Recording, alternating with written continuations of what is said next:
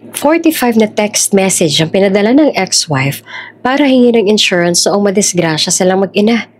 Samantalang ang lalaki, busy sa pagbili ng bagong sports car para sa kabit. Biglang may boses sa likod.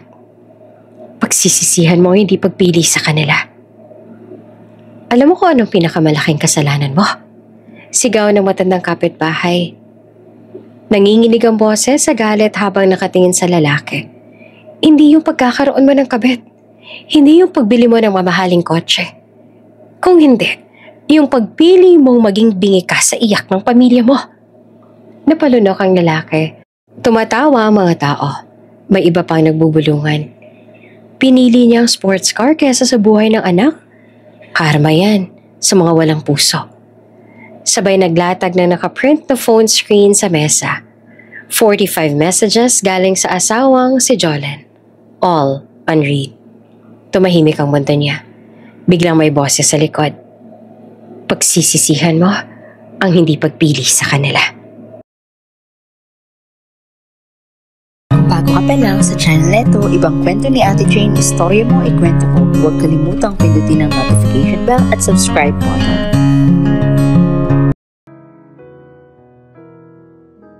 Umuulan ng malakas. Yung tipong bawat patak ng ulan ay parang luha ng langit. Malamig, tuloy-tuloy, walang tigil. Nasa loob ng lumang kotse si Jolene. Mahigpit ang hawak sa manibela. Habang pinipilit panatilihin ang direksyon sa madilim na highway. Nasa likod ang anak niyang si Mira. Nakasandal, tulog na tulog habang yakap ang maliit na stuffed toy na regalo ng papa niya noong huling birthday. Konti na lang anak. Konti na lang. Mahinayang sabi habang tinatakpan ng kamay ang cellphone na kumikislap sa ilaw ng notification. 9:02 p.m. Message sent. Love, pauwi na kami. Malakas ulan pero okay lang naman kami. Walang reply. Paglingon niya saglit sa cellphone, nakita niya ang huling message na seen noong kahapon pa. Napabuntong hininga siya. Siguro busy lang siya. Bulong ni Jolene.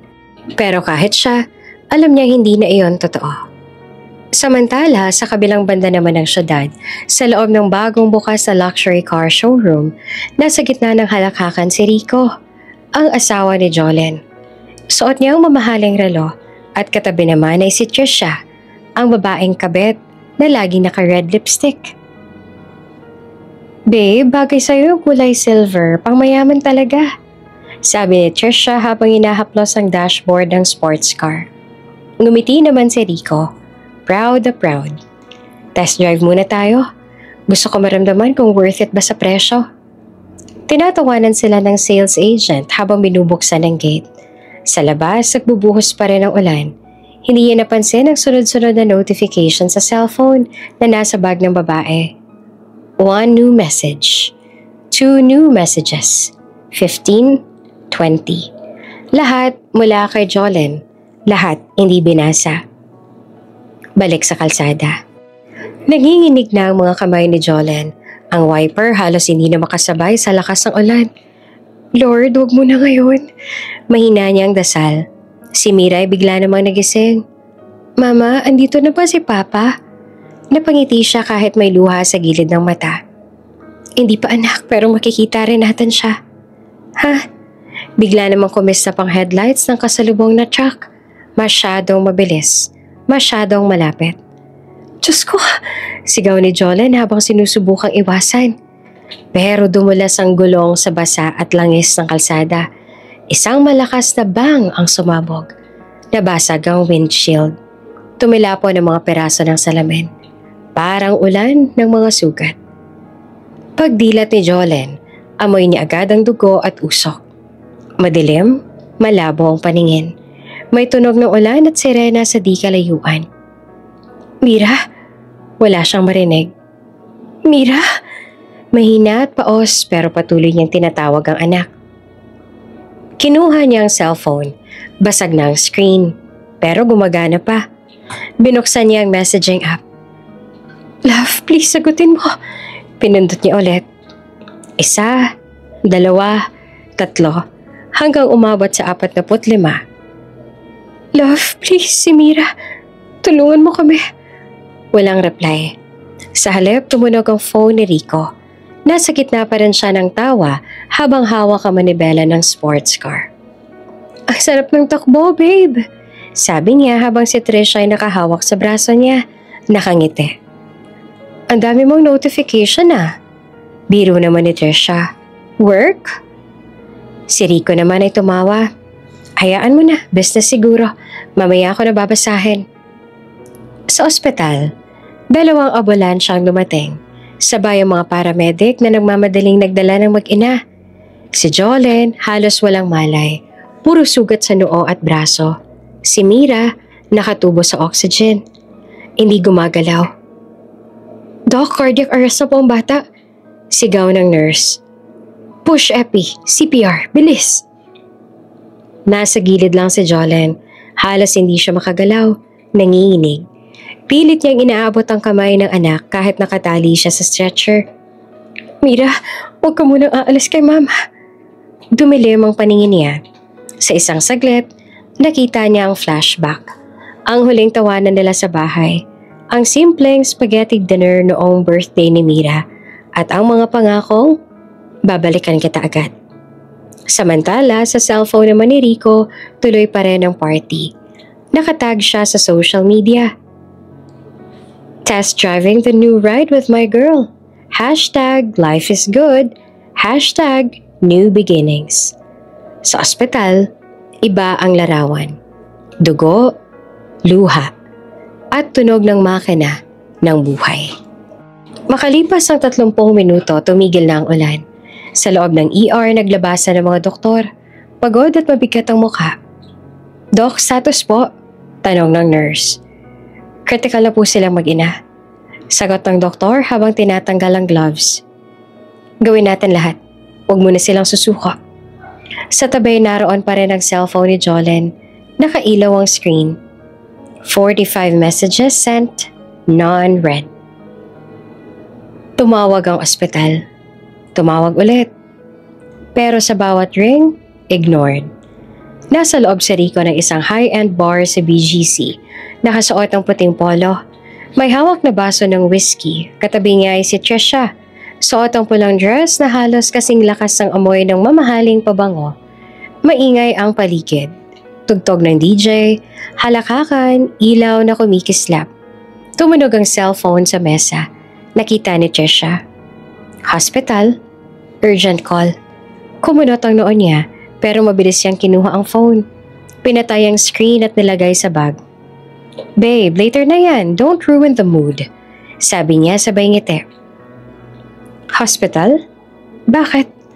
Tanong ni Rico habang nakangiti pa rin. Spam lang yan, babe. Relax ka muna. At gano'n na lang natakpan ng tanging tawag na kayang magligtas sana sa kanyang mag-ina. Babe, cheers tayo! Sigaw ni Trisha habang may hawak na wine glass. To new beginnings? Tumawa si Rico. Lasing na sa saya at ego. To us? Sabi niya sabay halik sa kamay ng babae. Nasa gitna sila ng bilog ng mga kaibigan nito. Mga mayayaman, sosyal, lahat ay nakangiti. Babe, may surprise ako. Hinugot ni Rico ang maliit na box mula sa bulsa ng pantalon. Binuksan niya iyon. Kita ang kumikislap na singsing. Trish, will you marry me? Sigawan, hiyawan, flash ng mga cellphone camera. Si Trisha, kunwaring nagulat. Sabay yakap at talik. Yes, babe, of course! Sa gitna ng mga palakpak, walang nakarinig sa mahina pero desperadong boses sa kabilang linya ng mundo. Sa ospital, Doc, wala pa rin pong pumupunta. Tumatawag na kami for the past 2 hours. Subukan niyo na ulit. Sabihin niyo life or death situation na. Isang nurse ang muling tumawag.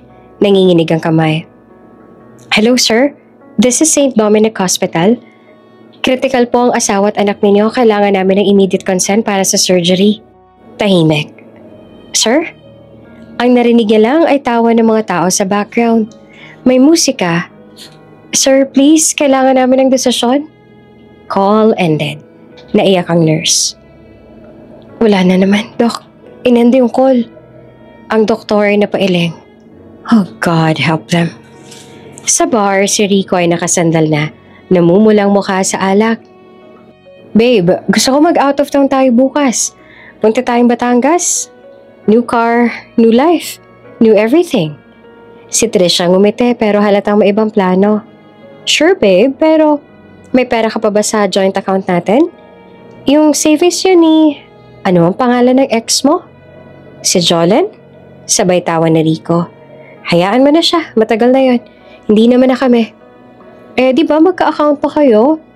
Tanong ni Trisha habang pinaglalaroan ng straw ng drink niya. Oo, pero ako nang gumagalaw doon. Gusto mo? Siyempre gusto ko. Sabay lapit ng babae at halik sa pisngi niya. Para walang sabit sa future natin. Walang kamalay-malay si Rico na bawat perang ginagastos niya ay galing sa parehong ipon na pinag-inipunan nila noon ni Jolene. Pera sana para sa tuition ni Mira. Makalipas ang ilang oras, halos madaling araw na. Nakatulog pa si Rico sa kondo ng kabit. Tahimik, bukas pa ang TV. Nakasindi ang lamp. Nasa tabi si Trisha, hawak pa rin ang cellphone ni Rico. Tumunog ulit. Hospital, urgent call. Pangalawang beses, pangatlo, pinatay niya ulit ang screen.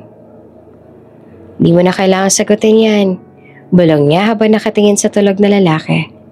Kasama mo na ako ngayon. Sa ospital, 3:00 ng madaling araw. Tumigil ang makina ng oxygen sandali. Doc, flatline si Mira. Push epi, now. Don't give up. Si Jolene halos wala ng malay. Humihingal, umiiyak ng tahimik. Sir, please, sagutin mo na. Mahina niyang bulong habang dumadaloy ang luha.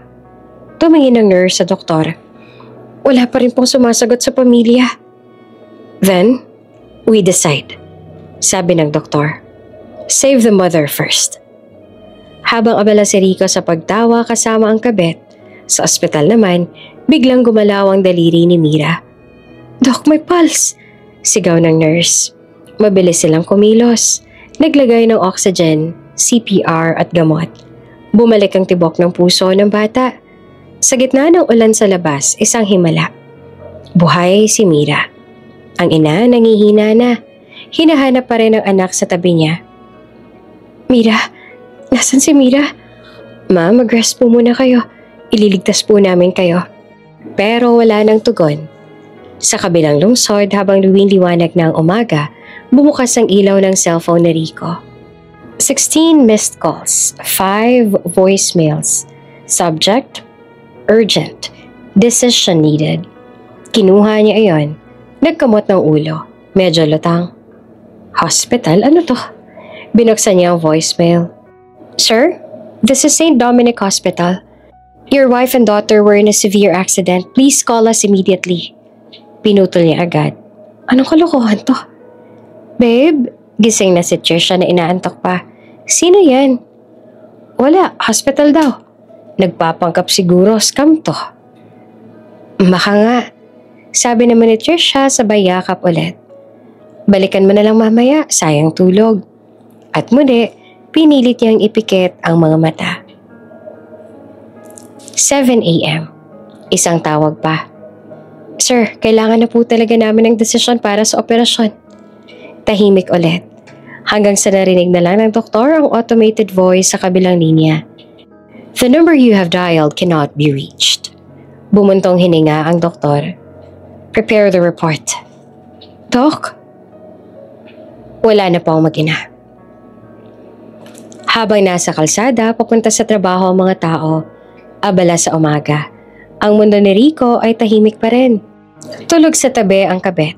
Walang ideya na ang lahat ng dapat niyang pinoprotektahan ay nawala na. Amoy disinfectant, puti ang paligid, tahimik.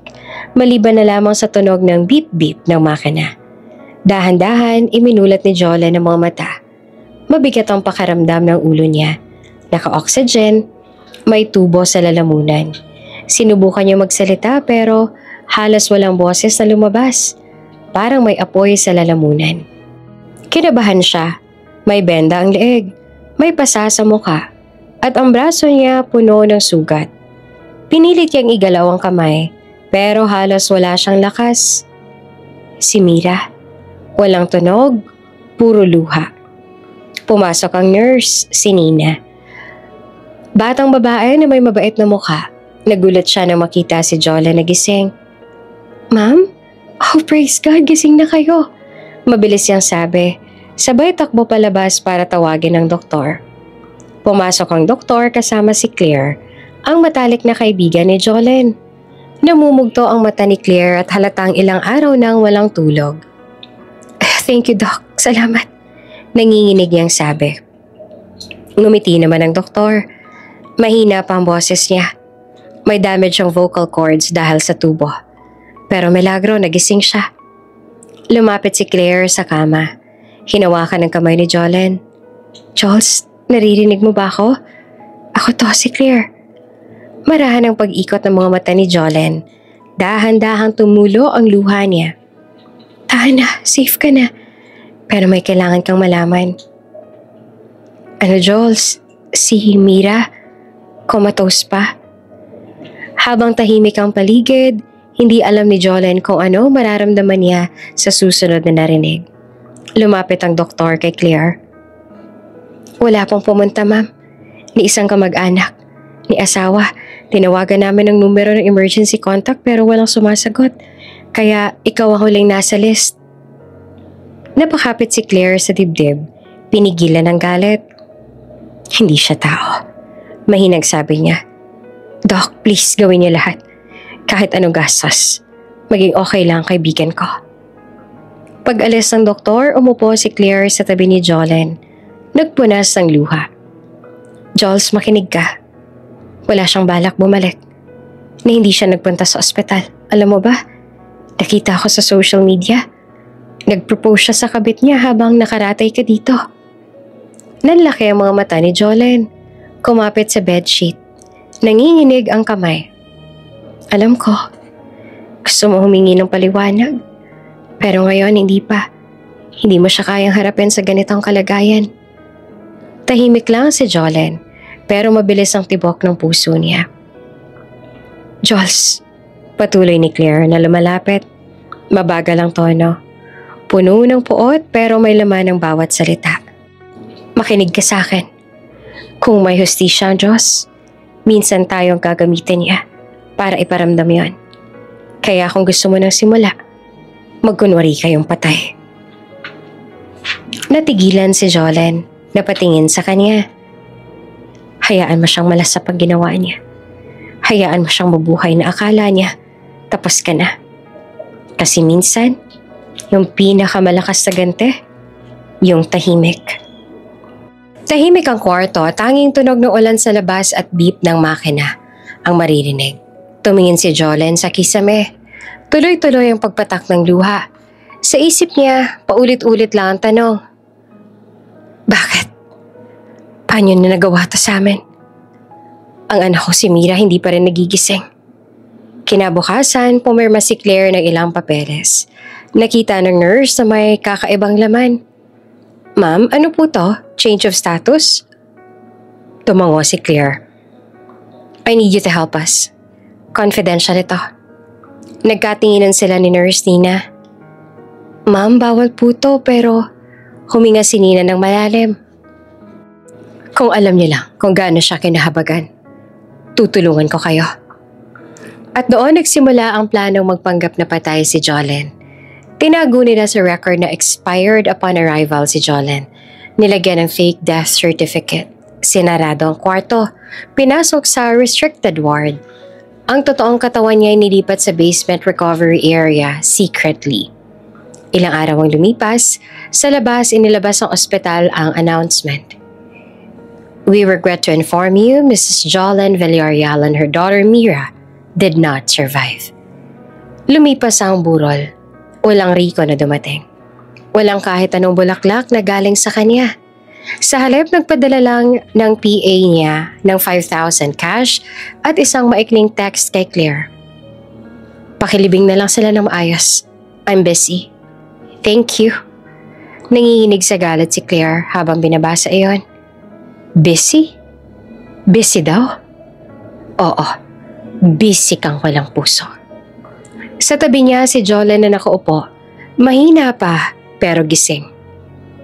May benda sa leeg. Hindi pa rin siya makapagsalita pero malinaw ang titig niya. Matigas, puno ng sakit. Kinagabihan tahimik silang dalawa sa kwarto. Si Claire nakatingin sa labas ng bintana, habang si Jolene naman nakahawak sa kamay ni Mira na nailigtas ng nurse. Hindi kami mamamatay ng ganito. Bulong niya sa isip habang pinisil ang laruan. Tumingin siya kay Claire. Dahan-dahan niyang sinulat sa papel. Bubuhayin ko ang pangalan ko sa tamang oras. Ngumiti si Claire, may halong luha at tapang. Yan ang Jolene na kilala ko.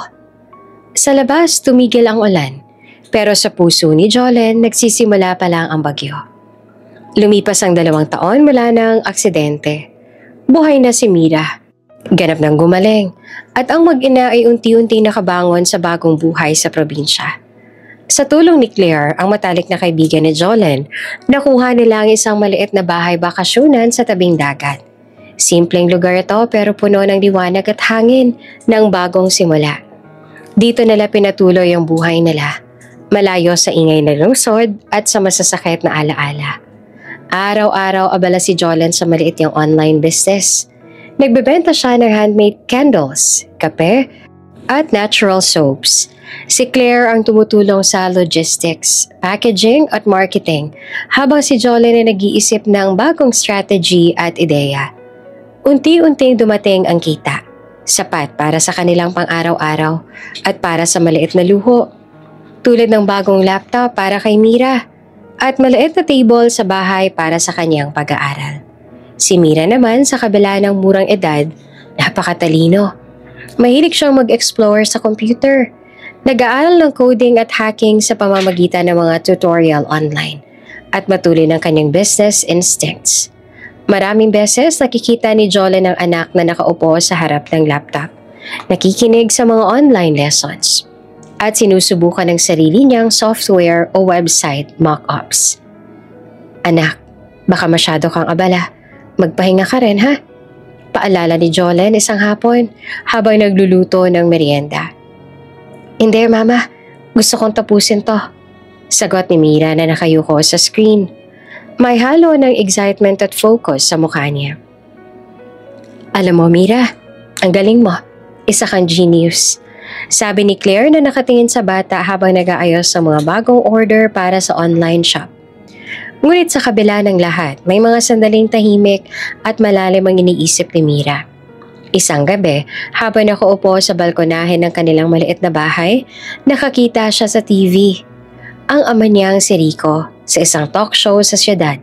Nakangiti, may hawak na batang lalaki at babae. At sinabi sa camera, I'm happy with my new life. Life is good. Tahimik na nanonood si Mira. Ang kanyang mga mata ay napuno ng luha at ang kanyang maliit na mga kamay ay napakapit sa rail ng balkonahe. Ang tunog ng dagat at malamig na hangin ay tila mas malakas sa kanyang pandinig kesa sa malakas sa pagtibok ng kanyang puso. Bakit siya masaya? Tanong niya sa sarili, habang ang galit at lungkot ay sabay na dumadaloy. Hindi niya maintindihan kung paano maaaring ngumiti ang taong nang iwan sa kanila sa oras ng panganib. Nakita siya ni Claire. Naglakad pa palapit. Maingat at may pag-aalala sa mukha. Anak, okay ka lang ba? Tanong niya habang dahan-dahang hawak ang balikat ni Mira. Hindi siya tumingin kay Claire, tumitig siya sa TV. Ang mukha niya ay puno ng emosyon. Hindi siya nagmamalasakit sa amin, Tita Claire. Wala siyang pakialam sa nangyari sa amin. At ngayon, masaya na siya. Ang tinig niya ay nanginginig. Napabuntong hininga naman si Claire. Alam niyang may hinanakit pa rin ang bata. At tama iyon. Oo Mira, alam ko na masakit. Pero hindi ibig sabihin nito na hindi ka na makakabangon. Huwag mong hayaang ang galit ang magdikta sa'yo. Gamitin mo ang lakas mo na to para maging mas mahusay. Ngunit sa puso ni Mira, ang galit ay mas matindi pa. Tumayo siya, nanlaban ng mga mata. Sa mga sumunod na linggo, si Mira ay naging mas determinado. Gumagawa siya ng sariling project. Simpleng software at apps na makakatulong sa kanilang online business. At sinubukan niya rin ng maliit na coding project para sa paaralan. Nakakabigani kung paano siya natututo ng mabilis at talagang nakatutok sa bawat detalye. Si Jolene sa bawat gabi ay natutuwa at nag-aalala. Natutuwa dahil sa galing at talino ng anak. Ngunit nag-aalala rin dahil alam niyang sa murang edad, dala niya ang mabigat na emosyon. Ngunit hindi siya nagpakita ng alinlangan kay Mira. Sa halip, pinapalakas niya ang loob ng anak at sinasabi, "Anak, kaya mo yan. Huwag kang matakot gumawa ng tama at huwag mo hayaan ang galit ang umiral sa puso mo." Sa kabilang banda, si Claire ay patuloy na nagtuturo ng mga practical skills kay Mira. Pag-organize ng orders, marketing sa social media at pamamahala ng pera. Unti-unti natutunan ng bata kung paano magplano at mag-manage ng maliit na negosyo. Ang simpleng bahay bakasyunan sa probinsya ay unti-unting naging isang masayang tahanan, puno ng pag-asa at pangarap. Isang hapon, habang naglalaro si Mira sa tabing dagat, nakakita siya ng litrato sa dyaryo. Si Rico ang kanyang ama, kasama ang bago nitong pamilya. Masaya, nakangiti, may bagong bahay at sasakyan. Umikot ang kanyang tiyan at hindi niya napigilan ang sarili. Tumulo ang luha. Nanginginig ang mga kamay at ramdam niya ang init ng galit. Balang araw, ibabagsak ko sila. Bulong niya sa sarili. Hindi siya umiyak dahil sa takot, kundi dahil may apoy sa loob niya. Isang apoy na magtutulak sa kanya na magtagumpay, na maging mas mahusay kaysa sa lahat ng iniwan sa kanya. Sa ilalim ng araw, habang ang mga alon ng dagat ay humahampas sa buhangin, naramdaman ni Mira na kahit malayo ang mundo sa lungsod, may kapangyarihan siya sa sariling buhay. Ang galit at lungkot ay naging lakas na gagabay sa kaniyang mga hakbang. At dito nagsimula ang bagong kabanata, isang buhay ng determinasyon, talino at pangarap. Nakapasok si Mira sa isang prestihiyosong pribadong school. Sa unang araw pa lang napansin agad ng mga guro ang kakaibang katalinuhan niya. Hindi lamang sa akademiko, kundi pati sa analytical thinking at problem solving. Sa simpleng pagsusuri, halatang may gift sa bata sa science, math at technology. Wow, ang talinong bata nito ah! Bulong ng isang guro sa principal habang pinagmamasdan si Mira na maingat na nag-aayos ng kanyang bag at nag-aaral sa hallway. Sa kabilang banda, si Jolene ay abala naman sa paliit nilang online business. Dahil sa dedikasyon nila at sa tulong ni Claire, unti-unting lumalaki ang kita nila.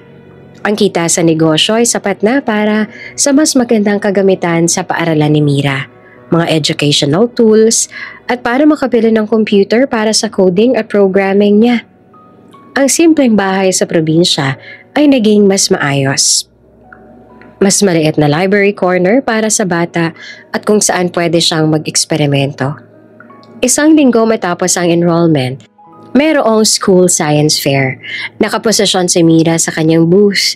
Nakatutok sa maliit niyang robotics project. Ang robot ay kaya nang mag-sense ng obstacles at mag-navigate ng maliit na maze. Isang proyekto na siya mismo ay nag-code at nag-design. Lumapit ang mga hurado, nakahingiti at humanga. Ang galing mo naman gawa, Mira. Ilang taon ka na?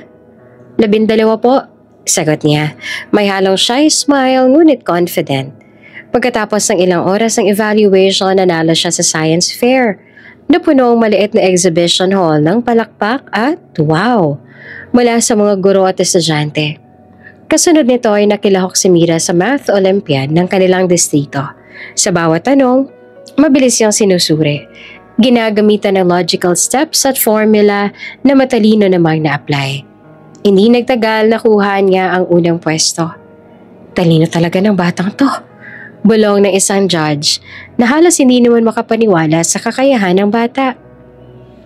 Hindi naglaon si Mira ay inimbitahan sa tech pitch competition sa lungsod.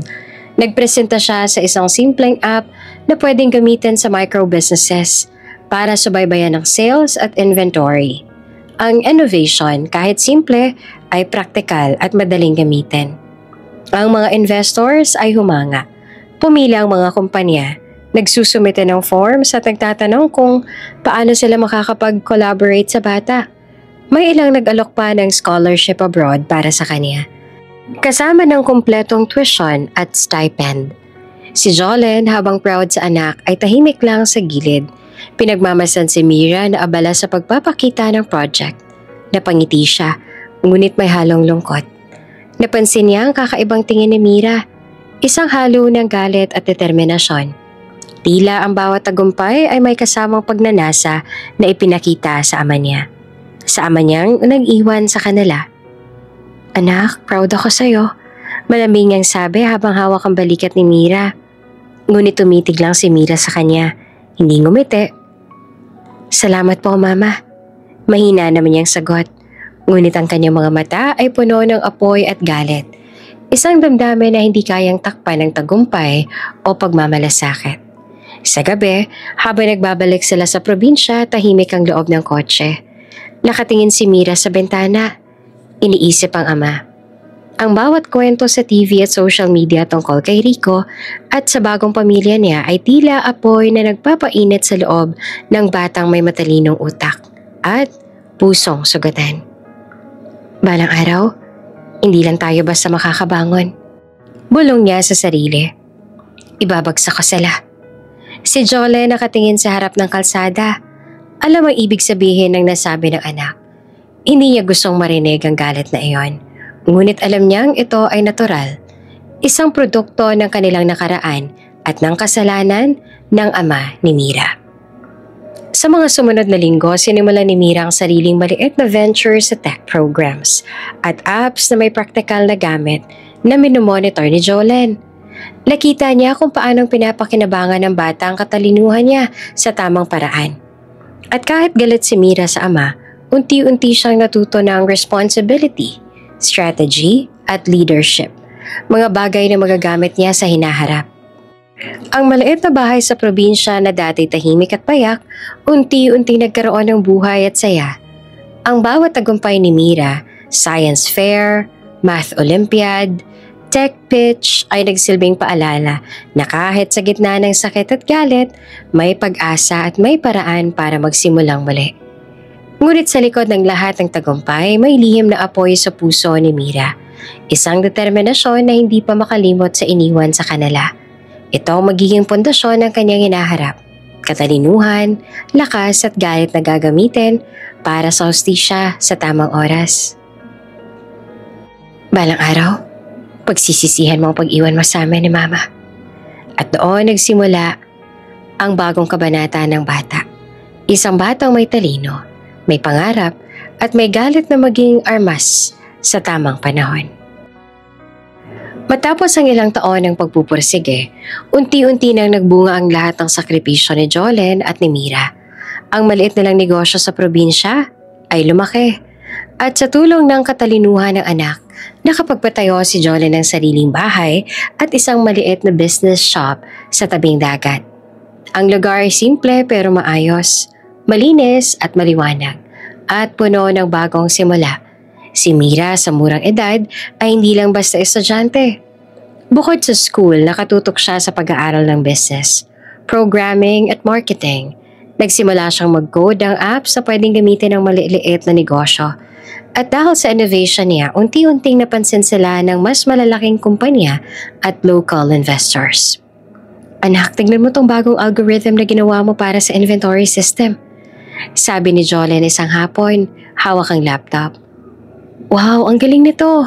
Ang bilis ng sales tracking." Hanga niya habang nakatingin sa mga graphs at numbers. Mula noon, naging routine na nilang mag-brainstorm tuwing gabi. Si Jolene nagbibigay ng practical advice sa business, habang si Mira ang nag-i-innovate sa tech side. Pagdating ng ika-18 kaarawan ni Mira, may malaking sorpresa si Jolene. "Anak, ready ka na ba?" Tanong niya habang abala sa pag-aayos ng maliit na event sa business shop. "Ready po, Ma," sagot ni Mira. Nakangiti kahit may halong kaba. Sa mismong araw na yon, inihayag nila ang launch ng unang tech startup ni Mira. Simple lang ang event. Ilang investors, kaibigan ni Claire at ilang mentors. But the impact was huge. Pinakita ni Mira ang prototype ng app, demo ng software, at ilang produkto na maaaring gamitin ng maliliit at medium enterprises para mapadali ang inventory, sales, tracking, at marketing. Good afternoon everyone. Ako si Mira Villarreal at ito ang aming app. Makakatulong ito sa negosyo para sa maging mas efficient at profitable. Panimula niya na malinaw at confident. Habang nagpapaliwanag, makikita ang tiwala at determinasyon sa mga mata niya. Ang bawat slide, bawat demo, pinaghirapan niya ng husto. Ang investors nagulat sa maturity at kahusayan ng bata. Sa loob ng ilang linggo, ang kanilang produkto ay naging viral online. Ang reviews ng app ay nagulat sa mundo. Mabilis, user-friendly at epektibo. Ang balita tungkol kay Mira, the young tech genius, ay kumalat sa social media at online news portals. 18-year-old CEO disrupts tech industry at young millionaire innovator creates viral product. Mga headlines na nagpapakita ng talento at sipag ng batang si Mira. Ngunit sa kabila ng lahat ng tagumpay, tahimik si Mira. Hindi siya umuwing masaya o nagtatawanan sa mga press features. Sa halip, iniisip niya ang nakaraan. Ang ama niyang iniwan siya at ang bagong pamilya nito sa lungsod. Ang galit at lungkot ay nananatili sa puso niya. Isang gabi, habang nagre-review ng sales data sa bahay, lumapit ang yaya ni Mira. Si Aling Teresa, na halos nakamasid mula sa pintuan. Anak, ang galing mo, sobra. Nakakatuwa. Pero may isang bagay lang akong gustong sabihin sa'yo. Sabi niya ng mahinahon. Tumigil si Mira sa pag-type, nakatingin kay Aling Teresa. Huwag mong hayaan na kainin ka ng galit, anak. Ang galit, kahit gaano ito malakas, pwede kang maging bihag nito. Gamitin mo ang talino at sipag mo sa tama, hindi sa paghihikante. Tahimik si Mira. Iniisip ang sinabi ng yaya. Alam niya namang may katotohanan yon. Ang galit ang nagtutulak sa kanya. Pero kung hindi niya makokontrol, pwede rin itong masira ang lahat ng naabot niya. Sa loob ng ilang buwan, unti-unting lumago ang startup. Ang viral products ay nagkaroon ng global reach. Iba't ibang bansa ang nag-download at bumili. Ang mga headlines sa online news at tech blogs ay patuloy na nagtataas ang pangalan ni Mira. Nakilala siya hindi lang bilang batang CEO, kundi bilang isang visionary innovator. Tumigil si Mira sa harap ng TV, huminga ng malalim. Ang galit sa puso niya ay maling nag-alab, ngunit ngayon may kasama na ang clarity.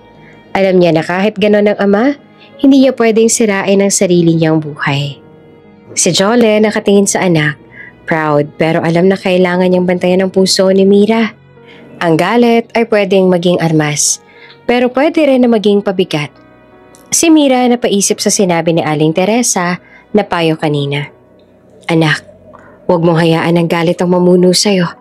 Gamitin mo ito bilang lakas, hindi bilang kadiliman. Mula sa simpleng bahay sa probinsya, sa maliit na shop, hanggang sa viral success ng tech startup, nagsimula ang bagong yugto sa buhay ni Mira. Isang batang CEO, millennial innovator at bata na may puso't talino para sa malaking laban sa hinaharap. Nakaupo si Mira sa sofa ng kanilang bahay sa probinsya, nakatitig sa TV habang iniikot ang remote. Ang balita ay tungkol sa ama niya, si Rico. Ang dating may-ari ng malaking kumpanya na ngayon ay unti-unti nang pumabagsak. Ang dahilan? Excessive spending ng second wife at maling investments. Ang basa ng Anchor kasunod ang footage ng mamahaling party sa Ibiza at private jet trips. Ang kumpanya ay nasa bingit ng bankruptcy. Tahimik si Mira. Nakatingin siya ng bahagya, hindi dahil sa galit kundi dahil alam niyang ang hustisya ay unti-unting dumarating sa kanilang buhay. Marami sa mga nakakaalam sa negosyo ay hindi makapaniwala. Ang dating powerful na ama ngayon ay nakatapak na sa bangin ng sariling pagkakamali. Sa kabilang panig naman ng syudad, nakatayo si Rico sa loob ng kanyang opisina. Tumitig sa financial reports. Luhang nagbabad sa sulat at numero. Ang kita ng kumpanya ay bumagsak. May malaking utang at ang mga investors ay nagreklamo. Darling, relax lang, may pera pa tayo. Sabi naman ng second wife niyang si Trisha na may mamahaling damit at alahas. Round trip sa Paris? Sure, go lang. Bagong yacht? Bayad, basta masaya tayo. Ngunit si Rico ngayon ay napag-alaman ng katotohanan. Ang pera ay unti-unting nauubos. At ang asawa niyang dati masayang kasama sa shopping at parties, ngayon ay nagiging malamig. Lumalayo ang kabit, hindi na interesado sa kanya kundi sa sariling kapakanan. Seriously, hon? This is getting out of hand. Sabi ni Rico habang hawak ang ulo. Hindi ko alam kung paano natin to susolusyonan. Sa kabilang panig, kahit na ganoon, alam ni Mira na ang lahat ng ito ay bunga ng mga maling desisyon. Walang kaalam-alam nakaupo siya sa TV corner ng bahay, nakatitig at nakangisi. Ito na ang simula. Bulong niya sa sarili habang pinagmamasdan ang imahe ng ama at ng bagong pamilya sa TV screen. Ang simpleng smile at glamour na dati nakakaakit, ngayon ay nagiging simbolo na ng kabagsakan. Sa probinsya, abala si Mira sa pag-update ng tech startup niya. Ang bawat success, bawat viral product ay hindi lang para sa negosyo. Ito rin ay bahagi ng plano niya para maiparamdam sa ama ang epekto ng kanyang mga ginagawa. Hindi lang basta galit, may strategy, may talino, may disiplina. Isang araw habang nagtatrabaho sa office corner ng bahay, nakita niya sa social media ang viral news tungkol sa ama. Company files bankruptcy amid overspending by second wife. Tumango si Amira. Ang mga tagumpay nila sa probinsya ay unti-unting nagiging laban sa ama niya. Isang silent war na hindi niya kailangang ipakita sa iba. Pero ramdam niya sa bawat data na lumalabas sa screen. Balik sa lungsod.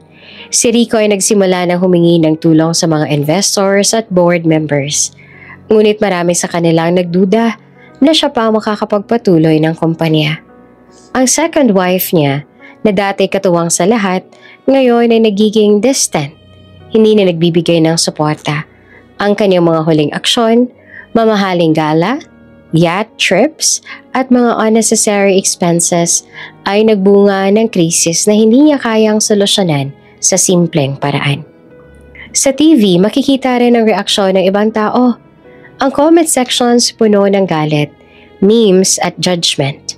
Ang dating respetadong pangalan ay unti-unting natatawid sa kategorya ng nabagsak dahil sa kasakiman. Sa probinsya, habang nakaupo si Mira sa balkonahe, hawak ang tablet ng My Financial News feed na pangiti siya. Hindi tutuwa dahil sa kabagsakan ng ama. Hindi siya ganoong kalupit, kundi dahil nakikita niya ang katotohanan. Ang bawat aksyon ay may resulta at ang hustisya ay dumarating sa tamang paraan. Ngayon, magsisimula ang totoong laban. Bulong niya sa sarili. Ang mga mata niya ay nagliliwanag. Hindi lang sa tagumpay kundi sa determinasyon na tiyakin ng hustisya at accountability ay maipapakita. Sa lungsod, si Rico ay nakatayo sa office.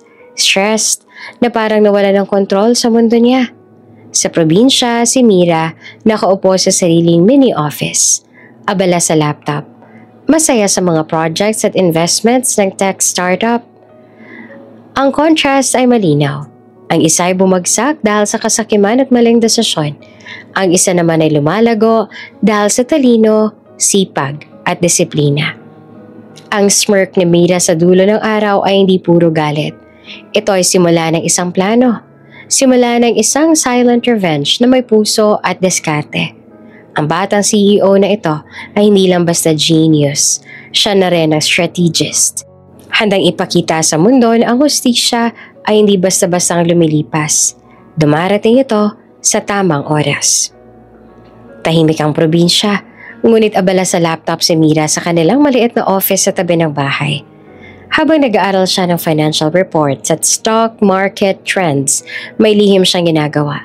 Binili niya ng paunti-unti ang shares ng kumpanya ng ama sa lungsod. Hindi niya ito pinapakita sa kahit sino. Ang bawat transaksyon ay maingat, planado at may strategy. Kung hindi mo ito gagawin ngayon, hindi mo maipapakita sa kanya ang epekto ng ginawa niya sa atin. Bulong niya sa sarili. Ang galit ay hindi basta emosyon. Ito ay instrumento para makagawa ng aksyon na may disiplina at talino. Sa kabilang panig, si Rico ay nakaupo sa office. Hawak ang mga financial statements. Lumalaki ang panik sa mukha niya habang nakikita ang pagbaba ng kita. Hindi lang dahil sa mga gastos ng asawa, kundi dahil sa mga unexplained transactions sa stock market. Bakit biglang bumagsak ang shares? Tanong niya sa CFO na nakatingin na parang walang sagot. Sir, hindi namin alam. Ang market trend unpredictable lang po. Sagot ng lalaki na nanginginig. Hindi pa alam ni Rico na ang pinakamalakas niyang kalaban ay ang sariling anak. Isang batang CEO at tech genius na maingat na nagpaplano sa bawat galaw. Si second wife naman ay unti-unting nakaramdam ng guilt. Napapansin niya ang pagbaba ng kita, ang pressure mula sa investors at ang lumalaking tensyon sa kumpanya. Subalit sa halip na umamin, nagiging defensive siya. Relax lang, hon. Kaya pa natin to. Siguro ay stress lang ang mga tao. Paliwanag niya at pilit pang umingiti. Ngunit sa likod ng ngiti niya, alam niyang may mali sa sistema. Ang mga gastusin sa luxury trips, mamahaling parties at shopping sprees ay unti-unti nakakaapekto sa kumpanya. Ang problema, hindi niya kaya aminin kay Rico. Natatakot sa galit at reaksyon nito. Samantala, si Mira ay gumagawa ng mga strategic moves sa market. Hindi lang simpleng pagbili ng shares. Nagsimula rin siya gumawa ng subtle sabotage sa business operations ng kumpanya ng ama. Ginamit niya ang kanyang coding skills para i-trace ang inefficiencies, leaks at pagkukulang sa IT system ng kumpanya. Ang mga reports sa dati ay maayos, ngayon ay unti-unting nagkakaproblema. Emails na hindi dumarating, system downtime, at miscommunication sa departments. Hindi alam ni Rico kung sino ang may gawa. Ang competitor na tila misteryo ay unti-unting lumalakas. Ngunit walang ideya si Rico kung sino ang kaatbang niya. Sa panlabas, mukhang external factor lang ang dahilan ng problema. Isang gabi, habang nakaupo sa opisina sa probinsya, nag-text si Mira kay Claire. Tita Claire, check natin ang latest reports. Unang phase ang plan, perfect. Everything is moving. Tumango si Claire, proud sa strategy at talino ng bata. Alam niyang kahit bata pa si Mira, may maturity at control na sa bawat hakbang. Ang galit at determinasyon ay naipapakita sa paraan na hindi destructive kundi constructive. May malinaw na target at purpose. Samantala naman sa lungsod, tumataas ang tensyon sa boardroom. Si Rico, stressed at confused, ay tinatawagan ng managers at department heads. Nagtataka sa mga unexpected losses at system failures. Paano nangyari to? Sabi niya na nanginginig. Sir, hindi namin alam. Ulit ng sagot ng mga empleyado. Halos walang makontrol sa sitwasyon. Ang second wife niya ay nakaupo sa tabi, nakangisi pero may halong kaba. Alam niyang unti-unti bumabagsak ang kontrol nila sa kumpanya. Subalit ni minsan, hindi siya umamin sa sarili niyang pagkukulang. Sa probinsya naman nakaupo si Mira sa balkonahe ng office, hawak ang tablet, pinagmamasa ng livestock prices at news updates. Nakangiti siya ng bahagya habang nakikita ang bawat maliit na aksyon niya ay may epekto sa negosyo ng ama. Hindi siya natutuwa sa pagkabagsak ng ama, ngunit ramdam niya ang katarungan na dumarating sa tamang paraan. Unang hakbang, complete. Bulong niya sa sarili. Ngayon, maghinay-hinay tayo sa susunod na galaw. Sa bawat galaw, bawat transaksyon, sa bawat subtle disruption, nakikita ni Mira ang epekto ng intelligence at strategy. Isang silent war na hindi alam ng kabilang panig kung sino ang kalaban. Ang ama niya ay panic mode na.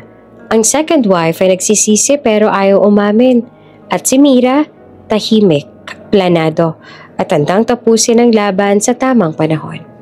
Sa lungsod, si Rico at ang second wife ay naguguluhan at stressed. Sa probinsya, si Mira ay abala sa tech startup. Hawak ang lahat ng impormasyon at may planong lihim na umabante. Ang silent war ay nagsimula. Walang putok, walang sigawan, pero bawat galaw ay may epekto. Si Mira, bata man, ay matalino at maingat, handang ipakita sa ama at sa mundo na kahit sa katahimikan, ang hustisya ay dumarating. Ang lungsod na puno ng ilaw at ingay ng paparating na big CEO reveal event. Ang pinakamalalaking kumpanya sa bansa ay nakatambay sa Grand Ballroom ng isang luxury hotel. Ang lugar ay punong-puno ng mga flashing lights, media at business executives. Lahat ay excited at curious sa pinakahihintay na event. Ang paglulunsad ng bagong partnership na di umano ay magbabalik sa dati ng glory ang kanilang kumpanya. Si Rico ay nakasuot ng tailored suit, abala sa pag-check ng final preparations. Tahimik siyang naglalakad sa hallway ng hotel. Hawak ang briefing papers at pinapabilis sa mga staff para siguraduhin na wala siyang makaligtaan. Sa tabi niya ay ang second wife, abala naman sa pag-aayos ng mga presentation at slides at press kits. "Darling, di ka ba excited?" tanong ng second wife. Nakangiti, ngunit halatang may kaunting kaba. "Excited, pero kailangan nating maayos to," sagot ni Rico. Nagmamadali at hindi napapansin ang kakaibang tensyon sa paligid. Sa labas naman ng Grand Ballroom, tahimik ngunit determined si Mira. Nakasuot siya ng black suit, maayos at sleek, na may kaunting eerie calm sa aura niya. Walang nagpapansin sa kanya, para silang ordinaryong guest na pumapasok sa event. Ngunit sa loob ng kanyang isipan, bawat hakbang ay may layunin. Ang bawat galaw niya ay carefully calculated, handa sa oras na kailanganin niya. "Focus ka, Mira." Bulong niya sa sarili habang naglalakad sa hallway. Hawak ang invitation na nagmumukhang ordinaryo lang, ngunit may secret access sa VIP areas. Pagpasok niya sa ballroom, napansin agad ng mga camera at media flashing lights. Ngunit hindi siya natahimik. May aura ng confidence at control na kahit sa murang edad ay kahanga-hanga. Ang ibang attendees ay nagkatinginan, humahanga sa presence niya. Pero wala nakakaalam kung sinong talaga siya. Samantala, sa loob ng ballroom, si Rico ay abala sa pagtanggap ng mga executives. Biglang naalala niya ang isa pang mysterious young billionaire na dapat ay dumating bilang kanyang strategic partner. Hindi niya alam kung paano haharapin ang tao, ngunit handa siya makipag-usap sa sino mang magdadala ng solusyon sa kumpanya. "Where is this young genius they were talking about?" tanong niya sa assistant. "Sir, recently confirmed, but still mysterious po. Hindi po alam ng media kung sino siya," sagot ng assistant. Halatang nag-aalangan. Tahimik naman na nag-observe si Mira sa gallery area. Nakita niya ang lahat. Ang panic sa mukha ni Rico sa mga minor errors sa presentation setup. Ang tensyon sa second wife at ang excitement ng media. Ngunit sa halip na pumunta sa front stage, naghintay siya sa strategic moment. Timing is everything. Bulong niya sa sarili. At sa tamang oras, habang nagla-live broadcast ng event at inaabot ang spotlight sa stage, pumasok si Mira. Tahimik at confident. Ang aura niya ay kakaiba. Isang eerie calm na nakikibighani at nakaka-intimidate kahit sa maliit na mata ng audience. Sa stage naman si Rico ay nakatingin sa audience. Susubukang i-manage ang mga empleyado at media. "Ladies and gentlemen, we have a very special guest joining us tonight. A young billionaire who help us navigate the new era of growth." Tahimik na pumasok si Mira sa spotlight. Ang itim niyang suit ay kumikislap sa liwanag at bawat galaw niya ay parang may purpose. Maraming mata ang nag-focus sa kanya. Ang iba ay nagtataka kung sino siya, habang ang ilan naman ay humahanga sa presensya. Ngunit sa loob ni Mira, hindi siya nagpapakita ng galit o emosyon. Ang kanyang ekspresyon ay calm, composed, at may halong determination. Alam niya na sa oras na kakailanganin, pwede niyang ipakita sa ama at sa mundo kung sino siyang talaga. Sa audience naman, si Rico ay nagulat nang makita ang batang nakatayo sa stage. Ang assistant niya ay bumaling sa kanya at nagulat din. "Sir, siya po ba?" tanong ng assistant. Si Rico hindi makapaniwala. nakatingin sa bata. Ang maliit na batang CEO na nakatayo sa stage ay may presence na hindi niya inaasahan.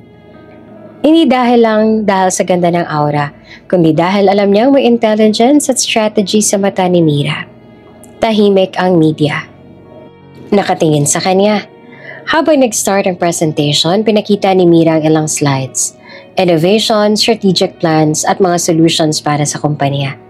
Ang audience mula sa investors hanggang sa media ay humanga. Ang confidence at knowledge na ipinakita niya ay wala pang kaedad niya. Ang galing ng bata. Bulong ng isa sa mga executives. Mukhang matalino at mature. Hindi ko akalain. Dagdag pa ng isa.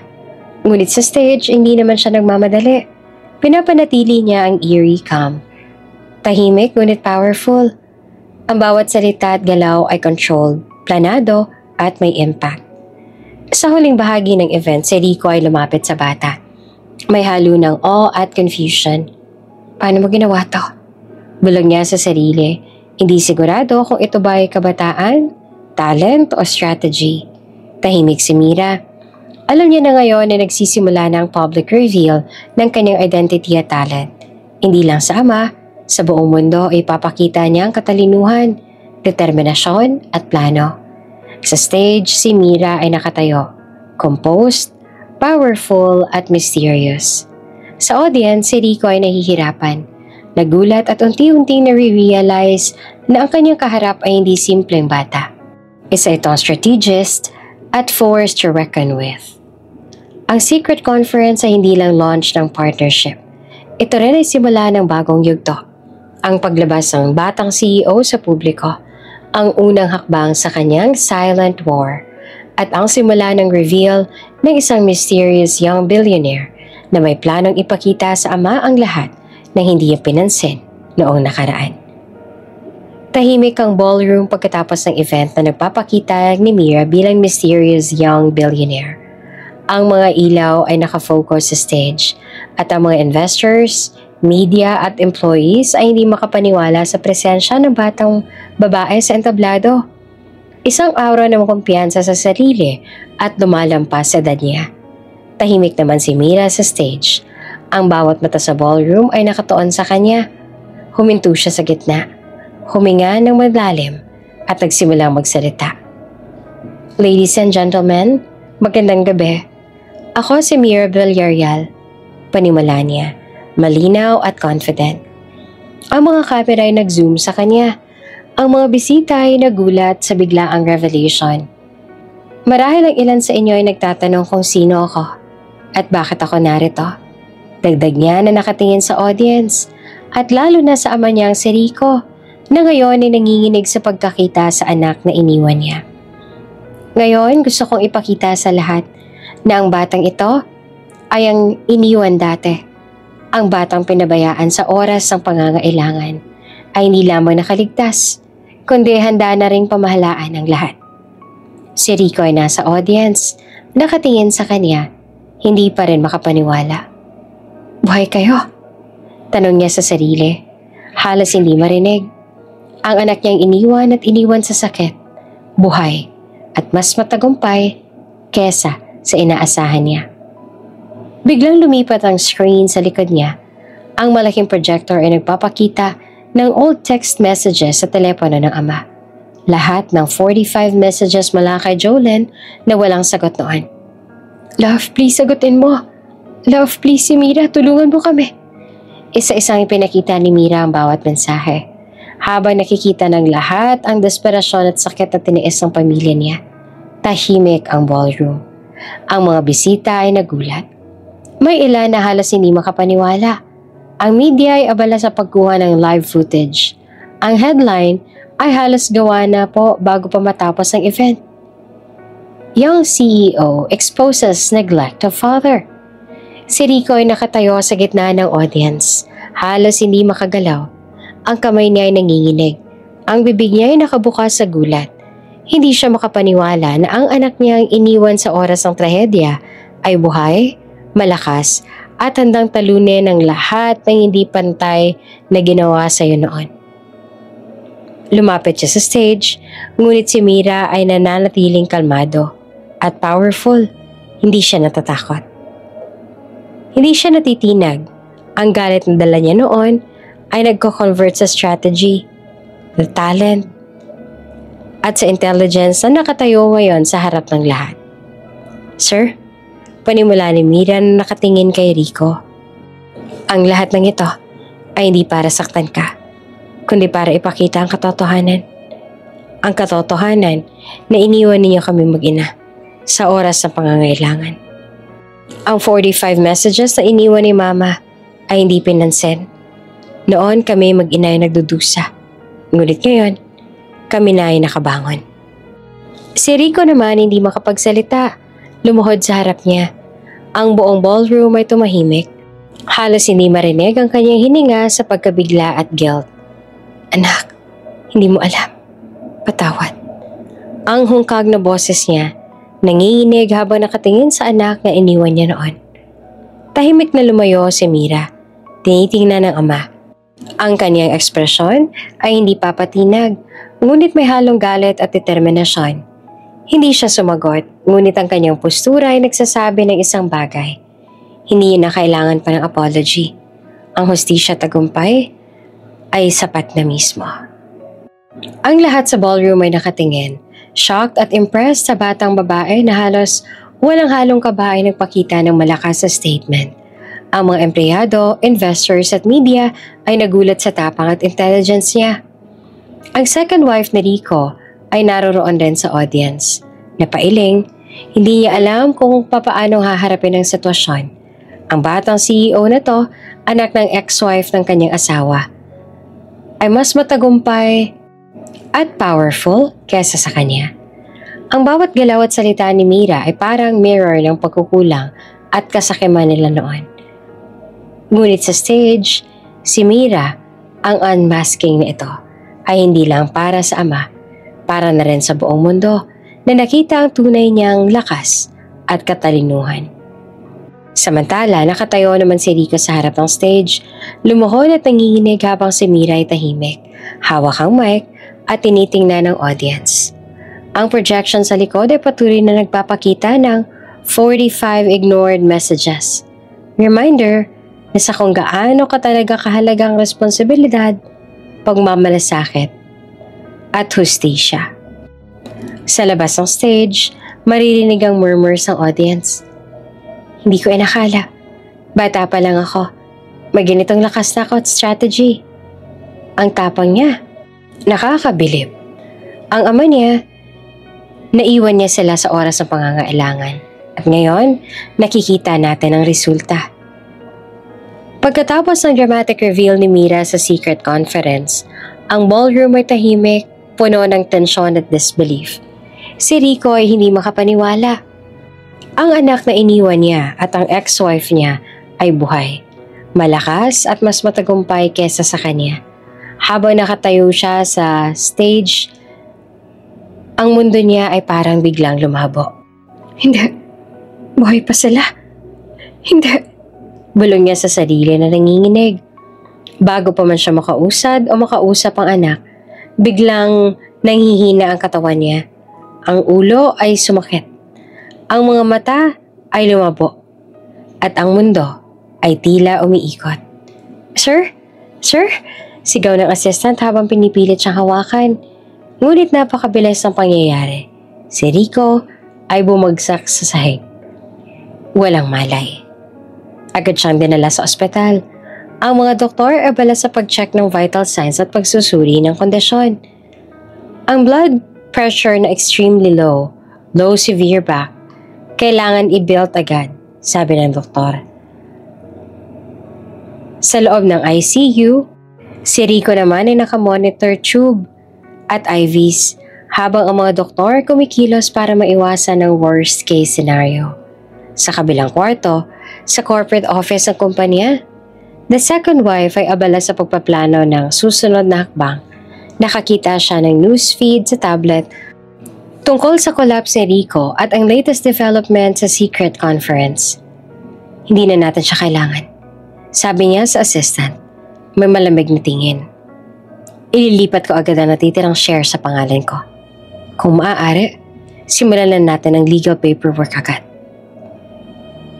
Ang mga mata niya ay malamig at focused. Para sa kanya, wala nang halaga ang ama ni Mira sa corporate world. Ang bawat desisyon ay puro self-interest at greed, na wala ng lugar ang kaunting guilt or moral consideration. Ngunit sa probinsya, si Mira ay nakaupo sa office, nakikinig sa live updates at news feeds. Narinig niya ang sinabi ng second wife sa telepono. Malinaw kahit sa screen ng conference. Tumigil siya sa pag-type. Ang puso niya ay tumigil sandali. Tama bang ginagawa ko? Bulong niya sa sarili. Ramdam ang bigat ng galit at desire for justice sa kanyang dibdib. Sa kabila ng lahat, nagdadalawang isip siya. Ang mga hakbang na ginagawa niya para sa hustisya ay hindi dapat maging destructive sa ama. Ngunit alam niya rin, kung walang aksyon, ang consequences ng kapabayaan ni Rico noon ay hindi mararamdaman. Habang nakatitig sa monitor, iniisip ni Mira ang lahat ng nangyayari. Ang aksidente, ang pag-neglect sa kanila, ang galit sa kanyang murang puso noon. Ang bawat desisyon niya ay pinagplanuhan ng maigi, hindi impulsive. Pero ngayon, harap-harapan niya ang nararamdaman ng conflict sa loob niya. Justice versus mercy. Galit versus pagmamahal. Ang scene ay parang chess game. Ang bawat galaw may consequence. Ang fainting ni Rico sa ospital ay simbolo ng weakness at pagkukulang niya noon. Ngunit si Mira, bilang batang CEO at strategist, ay may pagkakataon na kontrolin ang sitwasyon at patutunan kung paano i-handle ang sariling emosyon. Sa ICU, si Rico ay unti-unting nagising, ngunit ang katawan niya ay mahina. Ang puso ay patuloy na sinusubaybayan ng mga doktor. Hindi niya alam na ang anak niya, na noon ay iniwan niya, ay nakaupo sa probinsya, obserbando ang bawat galaw at galit na kontrolado at pinapantay sa strategy. Habang natutulog si Rico sa hospital bed, nakatitig si Mira sa laptop. Pinapanood ang stock reports, corporate updates at news coverage. Ang silent war ay nagpapatuloy. Ngunit may bagong layer ngayon: responsibility, morality at strategy. Ang bawat hakbang ay maayos at planado. Hindi driven ng impulsive revenge, kundi ng calculated justice. Ito na ang simula ng susunod na chapter. Bulong niya sa sarili. Ang galit ay hindi na puro emosyon. Ito ay tool, instrumento para maipakita ang hustisya sa tamang paraan. Ang lungsod ay puno ng kaguluhan. Ang balita ay mabilis na kumalat. Ang illegal business activities ng kumpanya ni Rico ay lumabas sa media. Ang mga transactions sa dati ay nakatago, ang mga manipulations at tax evasions ay na-expose. Ang lahat ay nakatuon sa pangalan ng ama. Ang second wife na si Trisha ay pinilit na ipatong lahat ng pagkukulang at krimen sa kanya. Nakalabas na ng ospital si Rico at sa loob ng conference room ng kumpanya, si Rico ay nakaupo sa harap ng mga abogado at mga audit reports. Nanginginig at halos hindi makapaniwala sa nangyayari.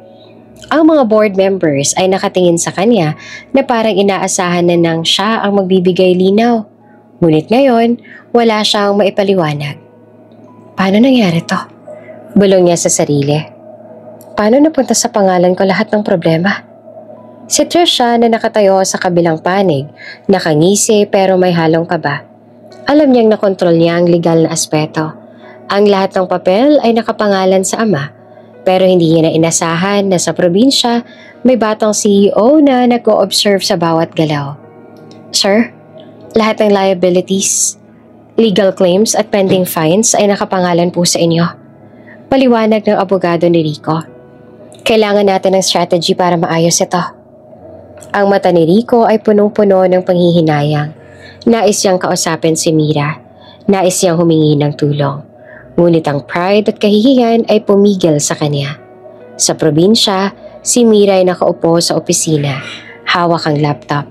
Sinusubaybayan ang mga updates sa newsfeed. Narinig niya ang mga eksena sa TV. Ang ama niya nakalimutan ng kanyang anak. Ngayon ay humihingi ng tulong. May text mula sa assistant niya. Ma'am, naghahanap po si Sir Rico ng paraan para makausap ka. Tumigil naman si Mira sa pag-type. Ang puso niya ay naglalaro sa pagitan ng galit at empathy. Nakita niya ang mensahe ng kanyang ama. Anak, tulungan mo ako kahit ngayon lang. Mensahe mula sa ama. Simple lang, ngunit puno ng desperation at guilt. Minsan, tila bumabalik ang alaala ng aksidente. Ang 45 messages na iniwan ni Jolene noon na hindi pinansin, at ang lahat ng hirap at trauma na tiniis nila sa probinsya. Tahimik si Mira sa laptop. Alam niyang may choice siya. Ipagpatuloy ang silent war, ipakita ang galit, o ibigay ang pagkakataon sa ama na humingi ng tulong at magsimulang magbago. Tumigil siya sa paghinga, huminga ng malalim at nag-isip. Ang screen ng laptop ay nagpapakita ng legal documents, news coverage at corporate reports. Lahat ay malinaw. Ang second wife ay pinilit na ilipat lahat ng liability sa pangalan ni Rico. Habang ang anak niya naman ay may kapangyarihan, katalinuhan para maitama ang mali. Ngunit sa kabila ng galit na nararamdaman ni Mira, may maliit na bahagi ng puso niya na gusto niyang damayan. Nang pagkakataon ang ama, kahit na late, ay humingi ng tulong. Sa lungsod, si Rico ay nakaupo sa lobby ng law firm, umiiyak ng tahimik. Ang pride ay nawawala at ang guilt ay dumadaloy sa bawat patak ng luha. Alam niyang siya ang may kasalanan noon. Ang kapabayaan niya sa pamilya niya ay nagbalik sa kanya sa pinakamalupit na paraan. Anak, bulong niya na halos hindi marinig. Kung may paraan pa, sana matulungan mo ako. Sa probinsya, si Mira ay nag-type ng mensahe. Iniisip ang lahat ng nangyari. Ang bawat hakbang ng silent war ay planado. Ngunit ang pagkakataon para sa reconciliation ay naroon rin. Sir, handa po ako makinig, pero may kondisyon. Tumigil siya sa pag-send, huminga ng malalim. Alam niyang hindi ito simpleng patawad. Ang lahat ay may proseso. Ngunit para sa kanya, ang proseso ay nagsisimula sa pagbibigay ng pagkakataon sa ama na harapin ang consequences at ipakita ang tunay na remorse. Sa kabilang panig si Trisha naman ay nakatitig sa screen, halatang tensed. Hindi niya inaasahan na ang batang CEO ay magbibigay ng pagkakataon sa ama. Kahit na lumalabas na may galit sa kanya, ang planong ilipat lahat ng shares at liability sa kanya ay tila na-interrupt ng isang bagay. Isang bata na may diskarte, strategy at puso. Hindi pa tapos, bulong niya. Ngunit alam niyang hindi na siya makokontrol ang sitwasyong ganito. Si Mira kahit bata ay natuto kung paanong i-balance ang galit at patawad. Ang kanyang puso ay tumitimbang. Sa tahimik na sala ng bahay sa probinsya, si Mira ay nakaupo sa tabi ng mesa. Hawak ang laptop at sinusubaybayan ng corporate updates. Ang mga balita tungkol sa collapse ng kumpanya ng ama at ang pag-aresto sa illegal activities ng second wife ay patuloy na nag-a-update sa kanya. Ngunit sa kabila ng lahat, may pakiramdam siyang kulang ang presensya ng ina. Biglang pumasok si Jolene, umiiyak at ramdam ang bigat ng emosyon sa bawat hakbang niya. Ang anak na dati puno ng galit at determination, ngayon ay nakatingin sa kanya, halatang naguguluhan. Anak, tama na. Patawarin mo na ang mama mo. Panimula ni Jolene, halatang pinipigilan ng sobrang emosyon. Hindi kita pinalaki para mabuhay ka sa sama ng loob. Ang galit at sakit ay hindi ka dadalhin sa tamang daan. Masaya na tayo ngayon. Nakaahon na tayo sa lahat ng nangyari. Sana ang puso mo ay umahon na rin sa nakaraan. Tahimik si Mira, nakashock. Ang galit at sama ng loob na pinanday niya sa loob ng mahabang taon ay biglang naharang. Ang mga salitang yon, bakit iniwan niya tayo? Bulong niya. Ang tinig ay puno ng sama at pagkabigla. Oo, iniwan niya tayo. Sagot ni Jolene, habang pinupunasan ng luha niya. Pero hindi mo kailangang mabuhay sa sakit at galit. Hindi iyon makakatulong sa atin. Tingnan mo, masaya na tayo ngayon. Nakabangon na tayo sa lahat. Patawad na hindi para sa kanya lang anak, para rin sa puso mo. Tahimik namang nakatingin si Mira sa ina, ramdam ang bigat ng damdamin. Ang galit, sakit, at takot na nagmula sa pagkakahiwalay nila sa Manila sa aksidente at sa kapabayaan ng ama. Ngunit habang naririnig ang salita ng ina, may isang bagay na kumikilos sa loob niya. Ang puso niya kahit bahagya ay nagsimulang magbukas. Kapag hindi ka nagpatawad, ikaw ang mabubulok. Dagdag ni Jolene, malinaw at puno ng emosyon. Ang mata niya ay puno ng luha, ngunit may warmth na nagmumula sa pagmamahal at pangunawa. Ang galit ay parang lason, anak. Hindi ito makakain sa iba, kundi sa'yo. Ang pagpapatawad, hindi ibig sabihin na tinatanggap mong mali ng iba, kundi tinatanggap mo na kaya mong lumipat sa tamang daan at maging malaya. Si Mira ramdam ang bigat ng mga salita. Huminga ng malalim at tumigil sa galit. Ang bawat alaala ng aksidente, nang iniwang 45 messages at ang lahat ng hirap na tiniis nila sa Manila ay nag-flash sa isip niya. Ngunit sa harap ng ina, may isang bagong perspektibo na unti-unti niyang naiintindihan. Pero paano kung muli siya magkamali? Tanong ni Mira na halos bulong lang habang iniisip ang ama. Paano kung hindi ko nang kayang panibagong sakit? Si Jolene naman ay ngumiti ng banayad. Hawak ang kamay ni Mira at pinisil. Anak, hindi ito tungkol sa posibilidad ng muling pagkakamali. Ito ay tungkol sa paghahanda ng sarili mo. Hindi mo kontrolado ang iba, pero kontrolado mo kung paano ka kikilos. Kapag nagpatawad ka, ikaw ang may kapangyarihan. Ikaw ang magtatakda ng direksyon ng puso mo.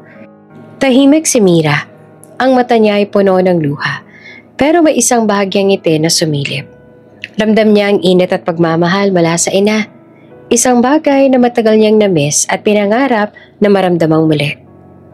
Siguro po tama ka, bulong ni Mira.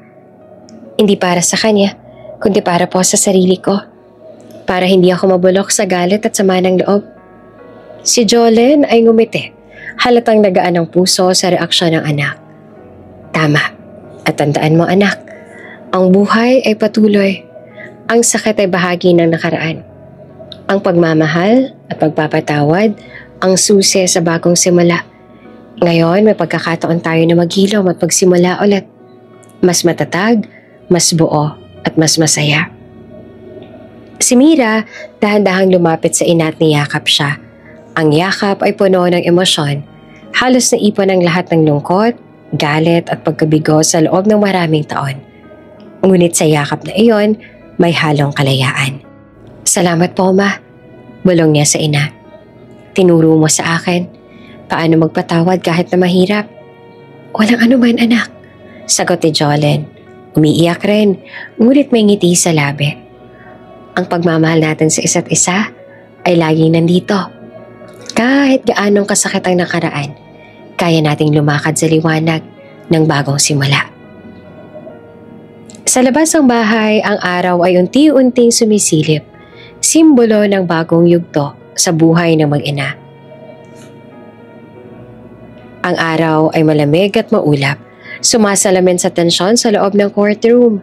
Ang mga reporters ay nakapalibot, handa na sa bawat galaw, bawat pahayag.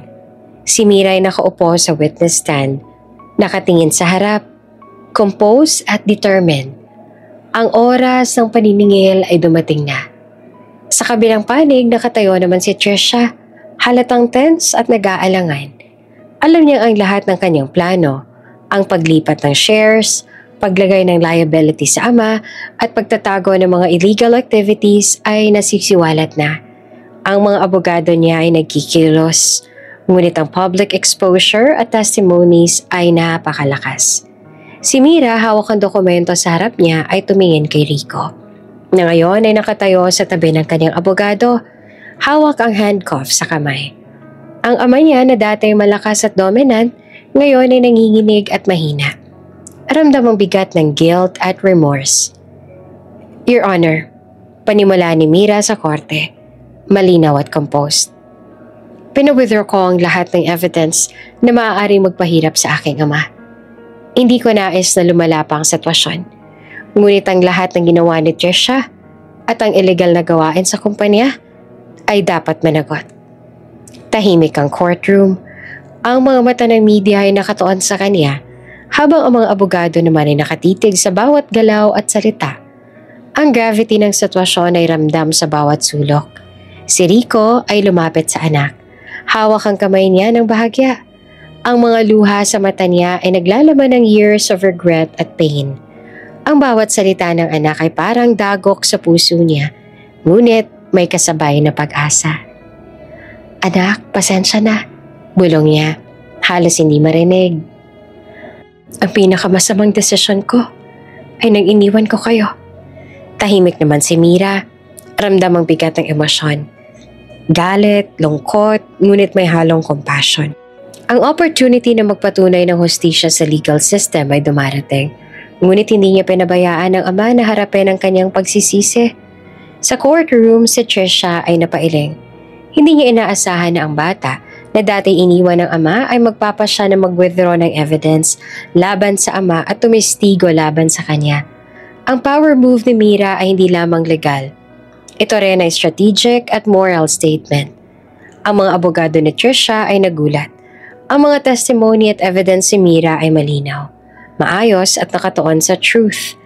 Ang kanyang presence ay nagpapakita ng maturity at authority na hindi akma sa kanyang edad.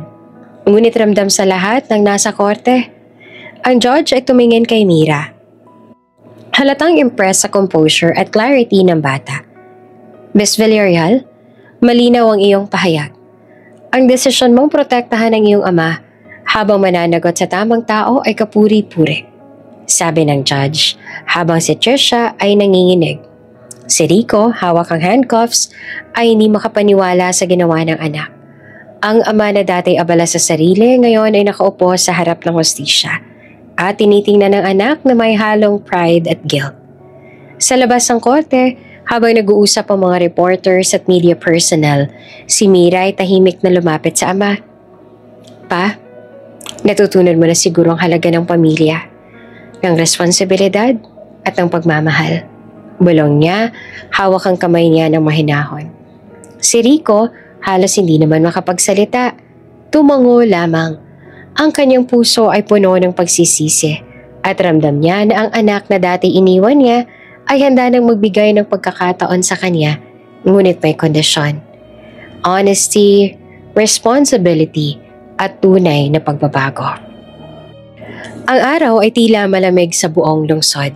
Sa isang mamahaling kondoy nakaupo si Trisha, nakatingin sa mga newsfeed at social media updates. Ang mundo ay tila bumagsak sa kanya. Ang lahat ng plano niya, ang paglipat ng shares, pagliligtas sa sarili at pag-iwas sa responsibilidad ay nagbago sa isang iglap. "Paano nangyari to?" bulong niya sa sarili habang nakatambay ang cellphone sa mesa. Puno ng notifications. Ang mga reporter at media personalities ay hindi na nagpakita ng simpatsya. Lahat ay nakatuon sa pagkatalo at pagkasira niya. Sa parehong oras, ang mga stepkids niya na dati umaasa sa kanya bilang father figure ay nagpatuloy ng galit at disappointment. Itinakwil siya sa social media. Nagpost ng mga mensahe na naglalarawan ng betrayal at kawalang malasakit. "Hindi namin kailangan ng isang ganitong tao sa buhay namin." Ang isa sa kanila ang nag-type sa caption. Ang puso naman ni Trisha ay unti-unting nagigiba. Ang kanyang power at control na matagal niyang pinangarap ay naglaho isang iglap. Ang lahat ng legal at financial manipulation niya ay natuklasan na. At wala siyang sinasandalan kundi ang kanyang sariling ego. Habang nakaupo si Rico, naririnig ang mga sisi sa kanya ni Trisha at ng stepchildren niya ay biglang naramdaman ng matinding kirot sa ulo. Ang stress, tensyon at galit ay bumalot sa katawan niya. Ang mga kamay niya ay nanginginig. Ang katawan ay unti-unti nawawala sa kontrol. Hindi pa dapat ganito," bulong niya. Halatang hindi makontrol ang emosyon. Ngunit ang kanyang puso at utak ay sobra na sa pressure. Ang lahat ng pagkakamali, lahat ng sinapawan niyang kasakiman ay bumabalik sa kanya. Biglang bumagsak ang katawan niya sa sahig. Ang stroke ay hindi inaasahan. Ngunit ramdam ng lahat ng nakapaligid, kahit sa ospital, kahit sa emergency team, ang bigat ng stress at galit na bumalot sa kanya. Ang mga doktor ay mabilis na kumilos.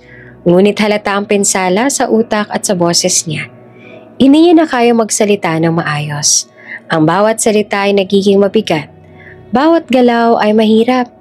Ang powerful at manipulative na si Rico Villarreal ngayon ay nakahiga, powerless at dependent sa medical team.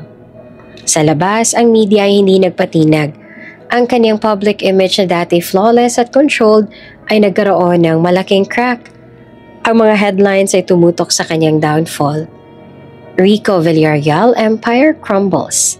Greed at betrayal lead to stroke. Stepchildren cut ties to Rico.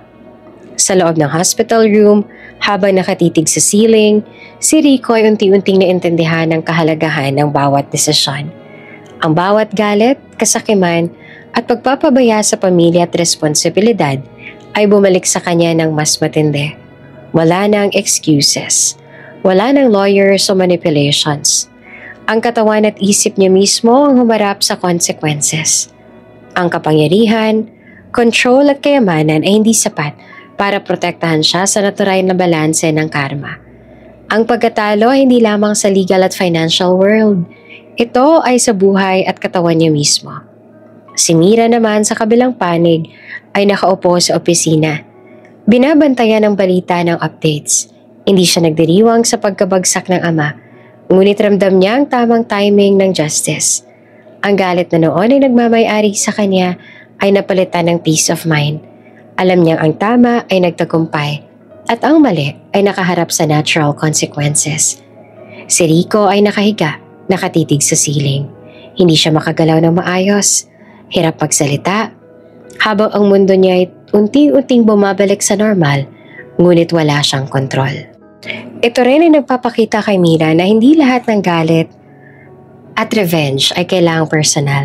May natural consequences na umiikot sa mundo. At ang tamang timing ng justice ay dumating sa tamang paraan. Ang ospital sa lungsod ay tahimik sa gabi. Tanging tunog ng mga beep ng machines at footstep ng mga nurse ang marinig. Si Mira ay tahimik na naglalakad sa hallway. Nakasuot ng simpleng damit, dalang maliit na bag na may snacks at tubig para sa ama. Hindi niya sinasabi sa sino man ang bisitang ito ay lihim. Sa loob ng ICU nakahiga si Rico, mahina at hirap sa paggalaw. Ngunit sa kabila ng kahinaan, may isang bagay siyang pinagpipilit sa sarili. Ang salita ng paghingi ng sorry. Anak, sorry anak. Paulit-ulit niyang sinasabi kahit sa bawat salita. Ramdam ang hirap sa lalamunan at sa boses. Ang words ay mabagal, puno ng sakit, ngunit taos puso. Sa bawat pagbigkas, ramdam niya ang bigat ng years of neglect. Ang guilt sa iniwang mag-ina at ang kapangyarihan ng anak na mas matagumpay sa kanya ngayon. Si Mira ay pumasok sa silid, tahimik. Hindi niya agad sinasabi ang sarili niya. Nag-observe lamang at ang nakikita niya ay ang ama. Mahina, nanginginig, ngunit may puso na nagtatangkang bumawi. Tahimik siyang lumapit sa kama. Pa, naririnig ko ang bawat sorry mo. Bulong niya. Ang mata niya ay puno ng halong emosyon. Galit noon, lungkot at unti-unting empathy. Si Rico ay ngumiti ng bahagya kahit mahina.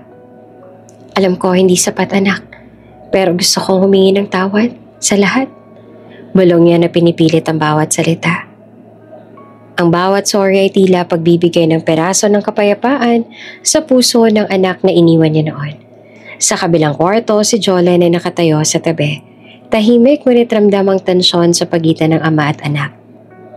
Ang galit ko noon, hindi nagbigay ng kapayapaan. Sabi niya, na halatang emosyonal. Kaya ngayon Rico, pinapatawad na kita. Pinili kong maghilom at hayaan ang puso mo rin na maghilom. Hindi na natin kailangan ng galit para maging malakas. Ang mga salita niya ay simple ngunit malalim. Para kay Mira, ito ay hindi lamang simpleng pagpapatawad sa ama. Ito rin ay pagpapatawad sa sarili. Pag-let go ng galit at sakit na matagal niyang pinasan. Si Rico ramdam ang pag-init sa dibdib niya.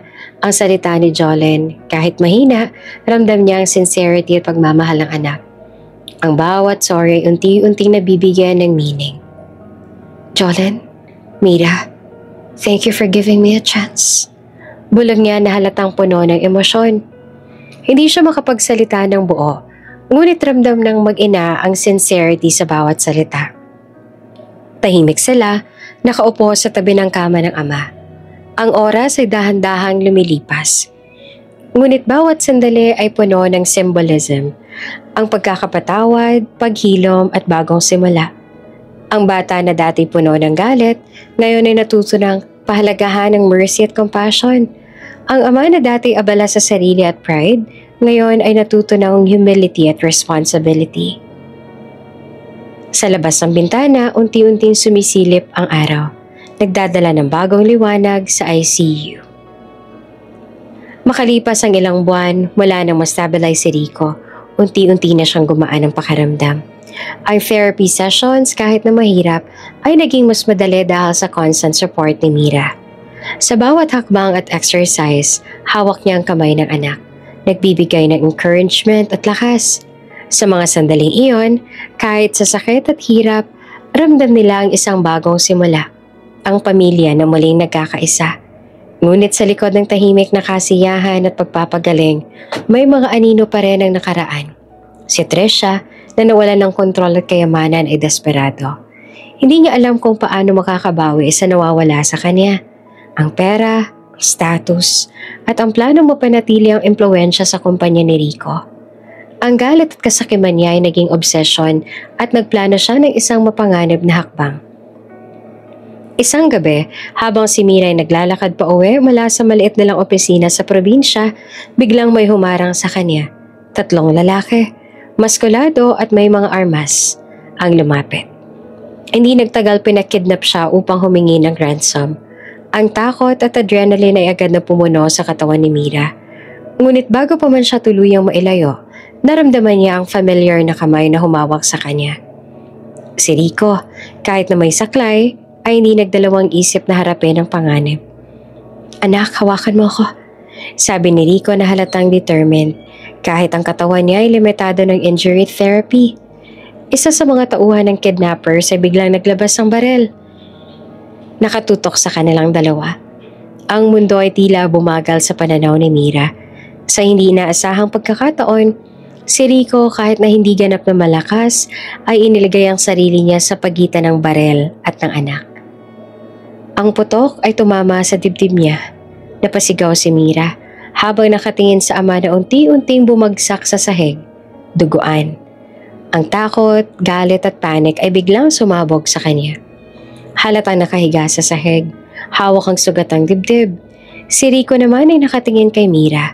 Kahit sa sakit at dugo, ang mata niya ay puno ng determinasyon at pagmamahal. "Anak, I failed before, pero hindi na ngayon." Bulong niya. Ramdam naman ng anak ang bawat salita. Ang mundo ay tila nagkaroon ng katahimikan. Ang bawat tunog ay na-filter sa puso ni Mira. Si Mira, halos hindi naman makahinga sa shock. Hinawakan ang kamay ng ama. Ang init sa pusong nagmamahal ay nagbigay ng lakas sa kanya. Sa background ay musika na parang dumadaloy sa kanyang pandinig. "Patawad, anak ko. Mahal na mahal kita." "Anak, ikaw ang pinakamahalaga sa buhay ko. Noong una nagkulang ako. Iniwan ko kayo pero ngayon hindi na. Hindi na. Ikaw na ang priority ko." Ang mga kidnappers ay nagulat naman at natakot sa reaksyon ni Rico. Nagmadali silang tumakas at hindi nagtagumpay ang kanilang plano. Walang nakuhang ransom, ngunit ang sugat ni Rico ay mabigat at ang emergency call ay agad na ginawa ni Mira na halos nanginig sa kaba at takot. Habang hinihintay ang ambulansya, hawak ni Mira ang kamay ng ama. "Pa, hindi mo dapat ginawa to, halos mawala ka." Luha ni Mira habang hawak ang dugo ng ama. "Anak, hindi ako makakapayag na mawala ka sa akin. Hindi na ngayon." Sagot naman ni Rico, humihinga ng mabigat. "Ang buhay ko ay sa'yo, kahit may sakripisyo, kahit gaano kasakit." Dumating ang ambulansya at agad na dinala si Rico sa ER. Si Mira hindi naman bumitaw sa kamay niya. Pinilit na huminga, pinilit manatiling kalmado. Kahit ang puso niya ay puno ng takot at emosyon. Ang medical team ay mabilis sa kumilos at si Mira ay walang tigil na nakatingin sa ama habang tinutulungan siya. Sa kabila ng sirang katawan at sugat, si Rico naman ay ngumingiti. Kahit mahinang ngiti habang nakatitig sa anak. Anak, mahal na mahal kita. At salamat na nandito ka. Bulong niya na halos hindi naman marinig ngunit ramdam ni Mira ang bawat salita. Si Mira ay nakayuko sa kama, hawak ang kamay ng ama, habang ang dugo sa kama ay tila simbolo ng pagbabayad sa nakaraan at pagbibigay daan sa bagong simula. Ang silid ng ospital ay tahimik. Tanging ang tunog lamang ng monitor maririnig. Nakahiga si Rico. Mahina ngunit may ngiti sa labi. Hawak ang kamay ng anak na si Mira. Ang dugo at sugat ay unti-unti nagpapahinga sa kanyang katawan. Ngunit ramdam niya ang kanyang puso ay puno ng pagmamahal, pasasalamat sa pagkakataong muli niya masilayan ang pamilya niya. Salamat. Binigyan mo ako ng pangalawang buhay, kahit sandali lang. Bulong niya. Ang boses ay mabagal ngunit puno ng sincerity. Ang mga mata niya ay nakatingin sa anak, puno ng pagmamahal at pagpapatawad sa sarili sa lahat ng pagkukulang niya noon. Si Mira na nakaupo sa tabi ng kama ay hindi napigilang dumaloy ang luha. Pa, I forgive you pa. Bulong niya, hawak ang kamay ng ama. Ang galit at sama ng loob na matagal niyang pinasan ay unti-unti napapalitan ng kapayapaan. Ang mga salita na iyon ay hindi lamang pagpapatawad sa ama, ito rin ay pagpapalaya sa sarili mula sa nakaraan. Si Rico ay ngumiti ng bahagya, habang ramdam ang relief at comfort sa mga huling sandali niya. Ang pagmamahal ng anak, ang pagkakataong makasama silang muli ay sapat na upang mawala ang panghihinayang. Sa isang huling hinga, nagpaalam siya ng mahinahon at namatay ng may ngiti sa labi. Ramdam ang kapayapaan sa kanyang puso. Makaraan ng ilang linggo si Trisha ay nahuli at nakulong. Ang kanyang greed, kasakiman at pagpapabaya sa pamilya ay nagdala sa kanya sa hustisya. Ang media at publiko ay nakatutok sa kanyang kaso, habang ang pamilya na iniwan niya ay unti-unti nagtagpong muli. Si Mira naman kasama ang ina na si Jolene ay bumisita sa libingan ni Rico, isang buwan matapos ang trahedya. Ang araw ay maliwanag, may hangin na banayad na humahaplos sa paligid. Ang flowers na nakapalibot sa libingan ay sariwa, simbolo ng pagmamahal at alaala. Nakatayo si Jolene sa tabi ni Mira, mahinhin ngunit malakas ang presensya. Pag-ibig ang tutuldok at hindi galit, sabi niya at ang matay nakatuon sa libingan. Ang simpleng salita ay puno ng kalayaan. Ang tunay na halaga ng pamilya, relasyon at pagpapatawad ay hindi nakabase sa galit, kundi sa pagmamahal at pangunawa. Si Mira naman ay huminga ng malalim, tumingin sa libingan ng ama at ramdam ang bawat salita ng ina. I'll build, not destroy anymore. Bulong niya, hawak ang kamay ng ina. Ang pangako niya ay hindi lamang para sa negosyo o kayamanan. Ito ay para sa legacy ng ama, sa pamilya at sa bagong simula na kanilang binuo mula sa pagkawasak ng nakaraan. Ang libingan ni Rico ay tahimik ngunit ramdam ang warmth love na iniwan niya. Ang buhay nagbigay ng pagkakataon para sa redemption at reconciliation.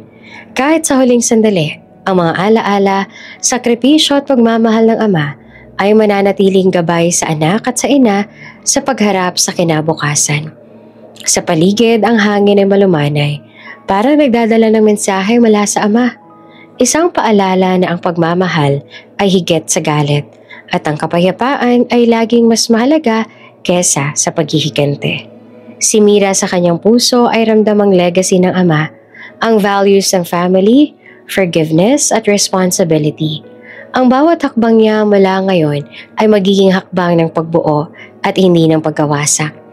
Ang pangako niya sa sarili at sa ina ay malinaw, patatagin ang negosyo, pangalagaan ng pamilya, at maging inspirasyon sa iba. Sa halip na magpadala sa galit at sama ng loob. Si Mira at Jolene ay naglakad palayo mula sa libingan, hawak ang isa't isa, habang ang araw ay sumisilip sa kanilang mukha. Ang nakaraan ay bahagi na lamang ng alaala at ang kanilang kinabukasan ay puno ng pag-asa, pagmamahal at bagong simula. bago ka pa lang sa channel neto, ibang kwento ni Ate Jane, istorya mo, ikwento ko. Huwag kalimutang pindutin ang notification bell at subscribe button.